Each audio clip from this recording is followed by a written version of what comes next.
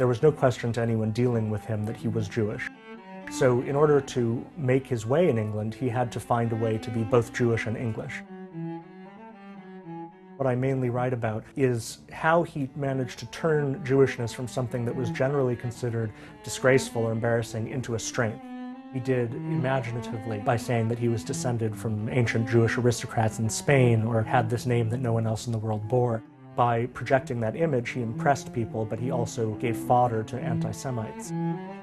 He dreamed about a Jewish state, but he didn't actually do anything to accomplish one. Early on in life, I think in his 20s, he decided that to create a Jewish state, he would basically lose any chance he might have had to win glory in his own right.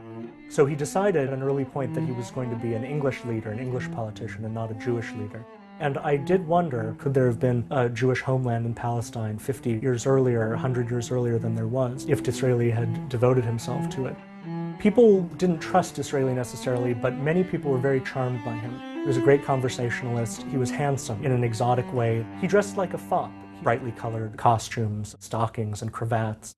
The Queen, Victoria, who was queen during Disraeli's entire political career, was very attached to him personally. He became her favorite politician, and they developed a close personal relationship, which was based in part on Disraeli flattering her and romanticizing her. One observer said that for Disraeli, England was the Israel of his imagination, meaning that he felt about England the way Jews traditionally were supposed to feel about Israel. He did believe in England in that way, even though he could never belong to England completely. That was one of the main contradictions and one of the sources of pain, I think, in his life.